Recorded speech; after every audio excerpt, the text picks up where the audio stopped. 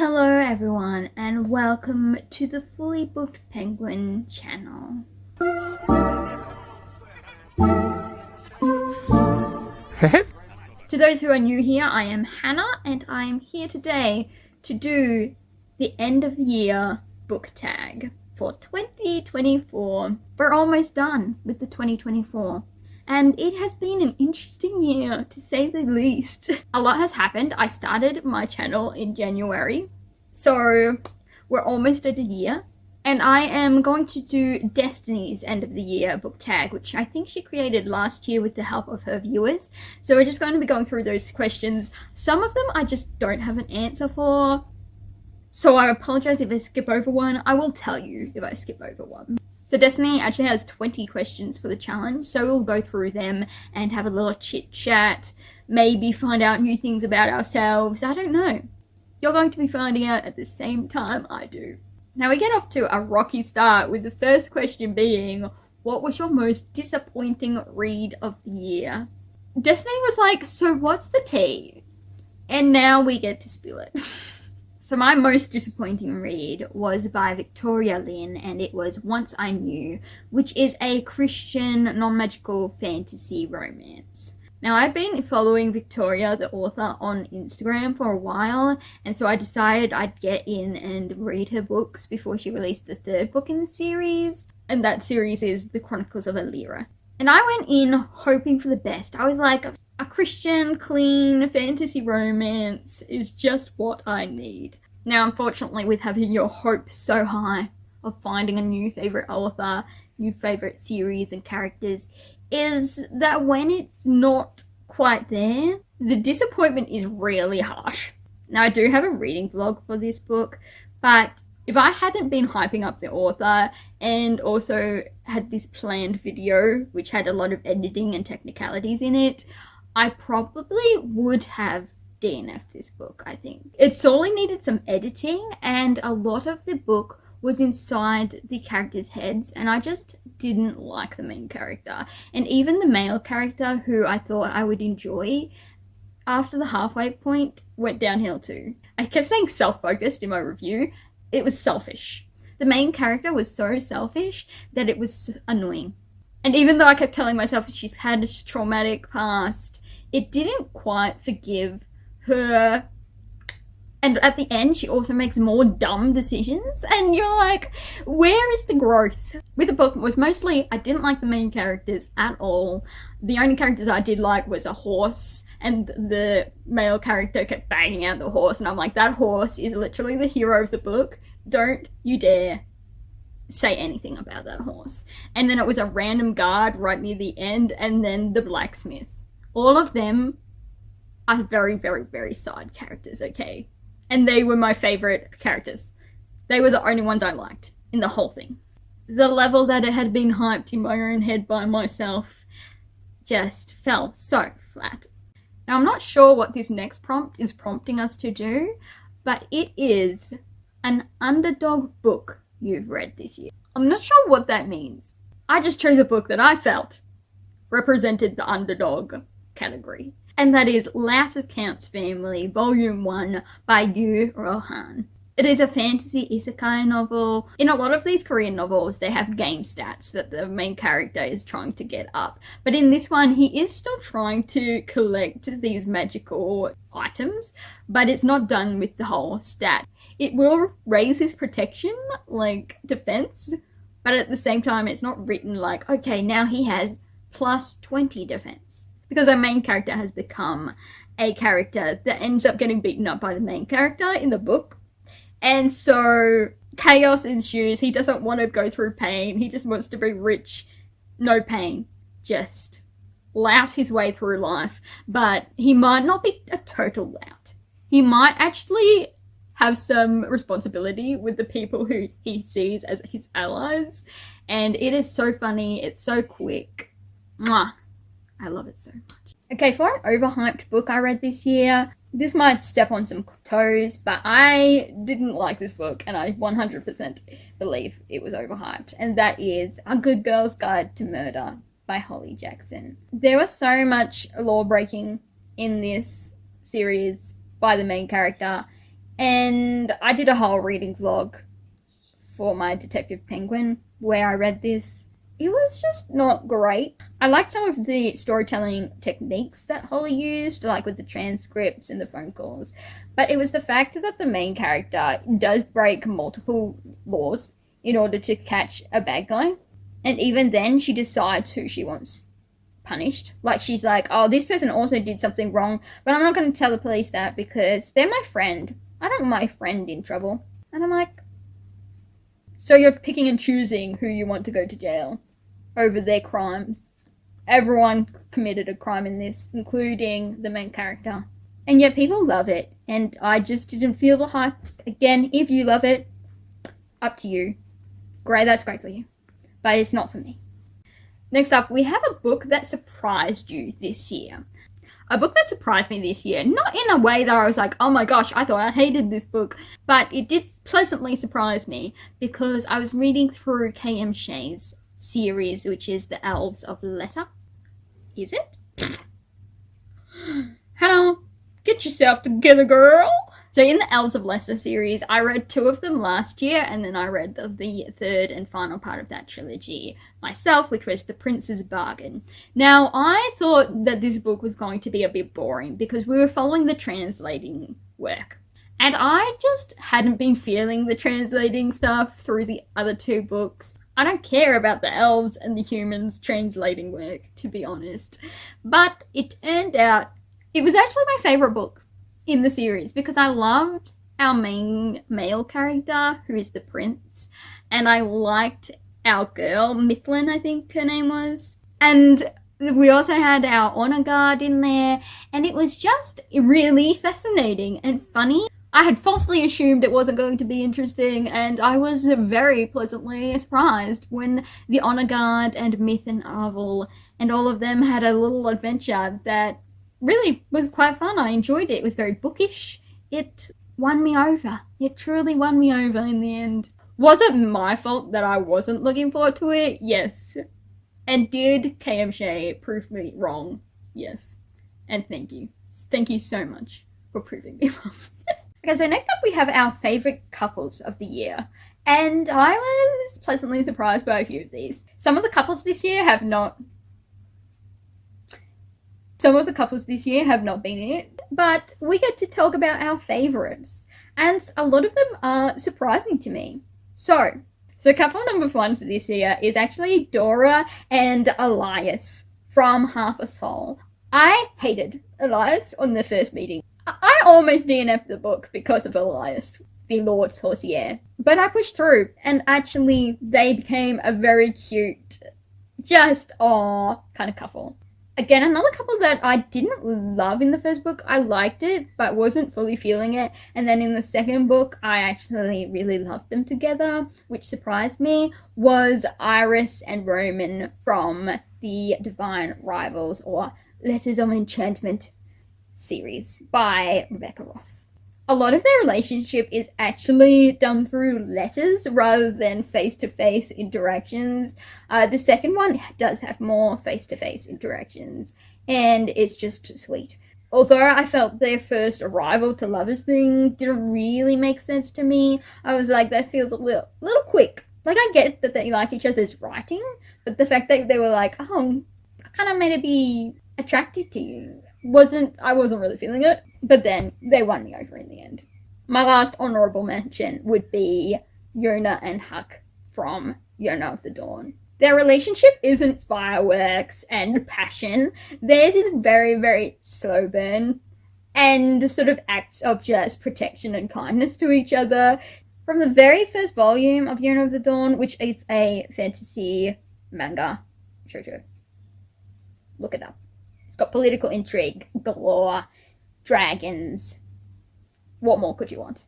Yona changes so much through it, and yet Huck is right there by her side the whole way. He's almost too in the thing of, she doesn't like me, she's the princess, we have no future together. He's a little too stuck on that. He needs to realise that, oh, maybe Yona has changed, not only in her personality and skills, but maybe also in her feelings. Maybe? But I adore them. So that's my slow burn couple. So the next question is, what were your favourite main characters for the year? And I have multiple. First up, we have Yona of the Dawn. And it's Yona. She's becoming stronger.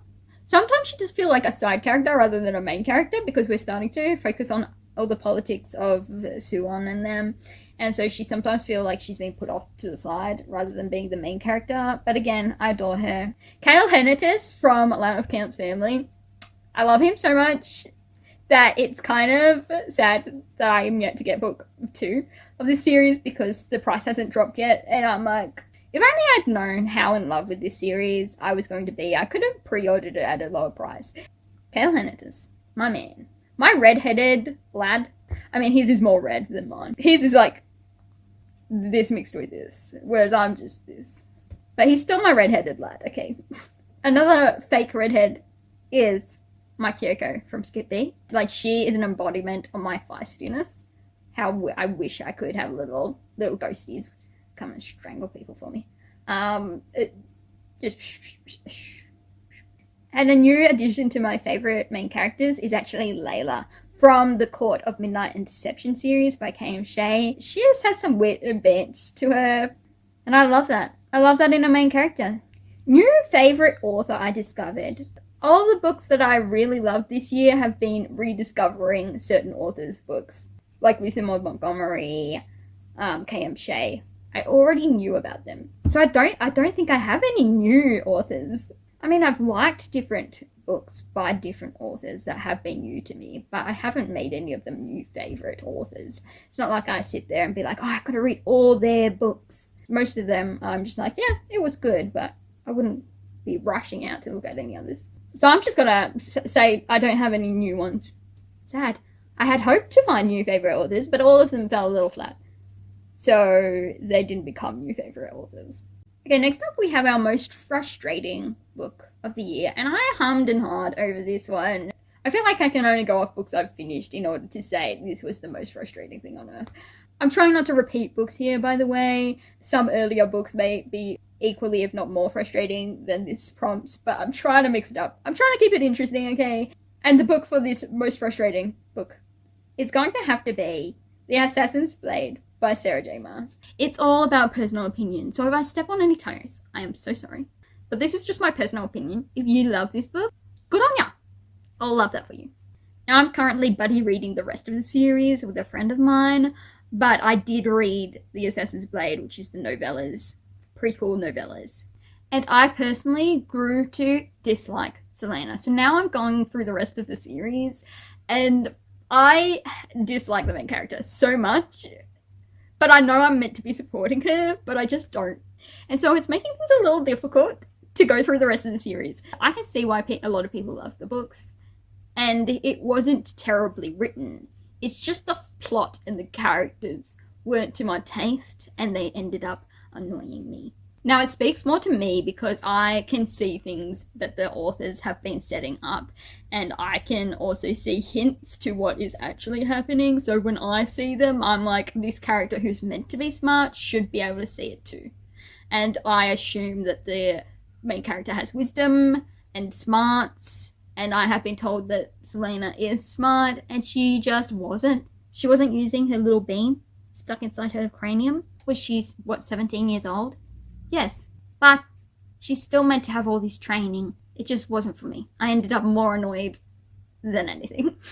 I was wanting to grab Selena and be like, girl, use your little brain. Just please think about some things. Obviously, I can't tell you spoilers, but she really overlooks some striking red flags. That if she just switched on her brain just a little, she would be able to see it. She would be able to see the whole plotting against her. The entire thing. So I was frustrated. I was. And the next question is the happiest book you've read this year. A lot of the books I read at least have some tears in it. I'm not sure where I'm going to find the happiest book, but I'm going to browse here and let you know if I can find the happiest. All of it had tears, to be honest. All of them. Okay, some of the kids' books didn't have tears. This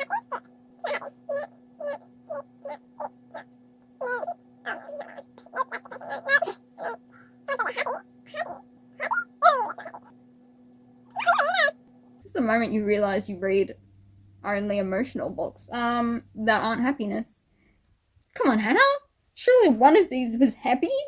I mean, there's a ton that made me laugh, made me giggle, but they all had times where I cried my little eyes out too. Which one was I happiest to read? So many. I'm going to say Little House in the Highlands. Is it the happiest book ever? No. But it's the most childlike innocence kind of awe of the world in little fairy stories. So I'm going to say that, but it's not really.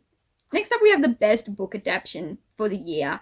And I don't really watch book adaptations, I'm going to be honest with you. I also didn't keep track of what I watched this year. And so I have to just go with the latest adaptation I've seen, and that is Year of the Dawn, which is adapted off Year of the Dawn. And they're accurate to the manga up until a certain point. Then they have to cut off because the series goes on. And of course the anime is like, here's just one season. That's enough, right? And you're like, no, I want more. I want more. But these animation companies, let us starve.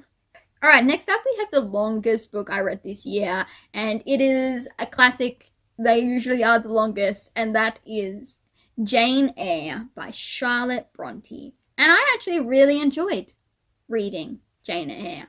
A lot of people complain about it being boring or too long, but I enjoyed myself. I had a cozy time reading about it. I realized that I had the book version that was I can't think of the word, but it is a shortened version of the big book, and I didn't realize that. And when I was reading the actual full version, I realized how much they cut out of the other version. And I was like, wow, this makes so much more sense. It's so much deeper. Thank you for letting me know that my edition was the revised or shortened. There is an actual word for that, but my brain isn't letting me know it at the moment, so thanks, brain. But yes, it was 532 pages long. And as for the shortest book I read this year, it just goes to The Boy, the Mole, the Fox, and the Horse by Charlie Mackesy. It's like 120 pages or something. All pictures with like little quotes. So it had to be the shortest book I read this year. Now we get into the interesting fun side of things, and we get to my favorite covers. I am 100% the kind of person that judges a book off its cover. If you don't have an exciting cover, or it looks AI-ish, or just like, oh, you just, there we go, some weird stuff, I will 100% not read that book. Does that mean I might be missing out on the best literature out there? Maybe. But just make it nice for my eyeballs to look at, and I will be there. I know that has gotten me into trouble because some books out there have amazing covers and just are not it on the inside. So I know it's the inside that counts.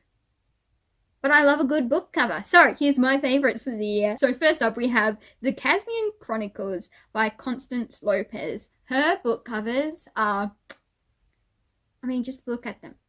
They're like the silhouette of people, but not the full details. And then you have the sort of border, the little leaves and offshoots. They are so pretty. Another series I love the covers of are A Stepmother's Mansion, which all line up, all have similar concepts but are different. They have different like shields on the spines even. And the artwork is so incredible. And the little borders, the black of it, so sophisticated, so sharp, so dapper. It makes you feel regal reading them. And because it's about like noble families and everything, you almost want to put on a little crown and like lounge with your book. So good. And another different take on the book covers that I still find super pretty is the Emily Wilde series, and they are just so pretty. They're very cottagecore with the little mushrooms and different mappy things and all that. So pretty. It makes you want to buy the book because the cover is so gorgeous. The next question is a book you haven't stopped thinking about. I'm not the kind of person that gets fixated on certain books. Do I think about them after I've read them? Yes. But I think about everything I've read. I don't have one outstanding book that I just continually think about. I'm just not the type of person that sits there going like, oh, these characters, these specific ones, oh, the same characters. I move on and I move up. I'm sure there's some book out there where I would be really in love with the characters. I'm like, this this couple or this scenario. But I just haven't discovered that this year. Maybe in the next 2 weeks that are left, I will. And I'll come back and I'll be like, wow, you guys, you know, I stand corrected. Blank is just the best thing ever. And I'll be ranting about it all next year. But at this point in time, I don't have a specific book. The cringiest book you've read this year, I got 50% through this book and it was too much cringe. I had read it before, so it was a reread. Like, I was actively cringing. And that is Daughter of the Pirate King. The romance and the main character and everything in it, she is so full of herself. She's so proud. And you have nothing to back up all her claims. She's like, I am the best pirate out there. It just keeps failing at everything she does, and yet she's still like, I am so strong and the best. And then the romance, I think I reviewed this one in depth in a spoiler video, if you really want all the details. But yeah, so cringe that I couldn't even finish it. It's all coming back to me now, and I just truly wish it wouldn't. This is a book that you keep thinking about in the wrong sense. You're like, oh, I wish I would stop because it was so bad. Now, the next question is an unpopular book you loved. Now, I took this as more of a book I haven't seen on booktube. I don't really go on BookTok, but Bookstagram, all that sort of stuff. Rather than nobody really liked this book, but I did. Because I haven't really read any books where people hate the book, I don't think. And so the book I'm highlighting today, simply because I absolutely adore this series and would read 100% again and again, and that is Skip Beat. It's about a teenager that sets out for revenge against her childhood friend, but then learns that acting in the showbiz is actually super fun, and she meets a guy who she may know from the past. And it's a romance slice of life-ish fantasy because she has these little ghosties. Shoujo manga. Now this series, it says it's shoujo, but they get some interesting spicy, but not super spicy, okay? Spicy for us non-spicy people. It's not even spicy. It's more, there is some sizzle in there later in the series. Does it take a while to get around to it because it's all about friendships and her work and discovering her talents and healing from the past? But there's some interesting plots in there. You'd have to read it to get it, but now I'm going to skip the next one because it's about Goodreads. I don't use Goodreads, and even when I looked up the Goodreads, I didn't quite know what they wanted me to look up because it's the lowest and highest rated on Goodreads, and if I agree, I haven't really read any of the Goodreads. I think there was Emily Wilde on there, and I was like, yeah, it was pretty good. I liked it, like the map of the other worlds. I was like, yeah, it's good. It can be up there.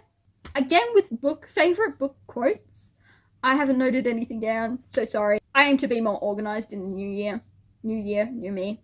I will keep track of quotes and all the details. Hopefully in like a spreadsheet, maybe Notion. Maybe I'll set up a Notion. Maybe we can walk through that at the start of the year or something. I hear it's fun. Personally, a little daunting, but we might look at it.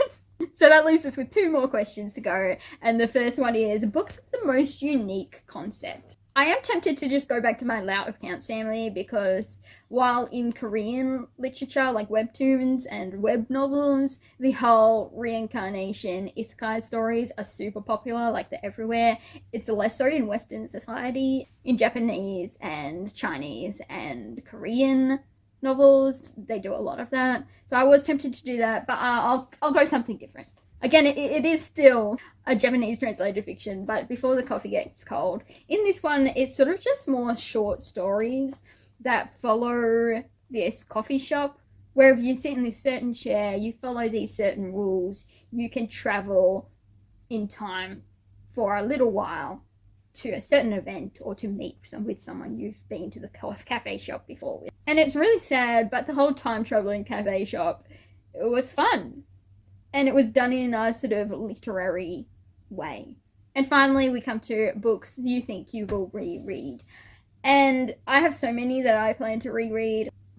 Most of them are my manhwas and my Korean light novel. 100% I'll be rereading that next year. But otherwise, I'd be interested in reading Half a Soul by Olivia Atwater. And also the K.M. Shay's Hall of Blood and Mercy trilogy. I kind of want to do a video on it, so that would require reread. So I definitely plan on rereading that one. I'm 100% a rereader, so you'll be seeing the same books. If I read them next year, I will just mention, and I read this book again. 5 stars still. Plop it down. The only other sort of question or prompt was about our reading goals. Now, I originally was going to go for 100 books for the year. I cut that down to 75, and therefore I am only 4 books off reaching that goal. So I'm going pretty well. I do plan on finishing 4 books within the next couple of weeks. Of course, there is Christmas, but we're not doing it much for Christmas, so we'll just be relaxing and getting some reading done, some writing done. Shh. While I may not have had all the answers for this end of year book tag, there's some insights. Also, if you've noticed my nose slowly getting redder over this video, allergies. You're like, you're inside though. The allergens, they find you wherever you are. But yes, more videos to come. I'm looking forward to the next year. I'll let you know my reading goals for next year. Don't want to get ahead of ourselves. We're still clinging on to 2024. I'm not really clinging to it. If I'm going to be honest, I don't really cling to any year. Am I scurrying for 2025? No. Because if you think about it, it's all just time. It will keep on timing, and it will keep on going. We're the ones who put the significance on certain dates or future segments. So let's just forget our philosophical thoughts and end the video there. Thank you very much for watching. So until next time, thank you and peace. Also, Merry Christmas. Yay! I mean, hopefully I'm uploading this a couple of days before, but maybe I'll get lost and it will be uploaded on Christmas. Australian Christmas. So, Merry Christmas, everyone. And for those who don't celebrate Christmas, have a lovely random day of the week.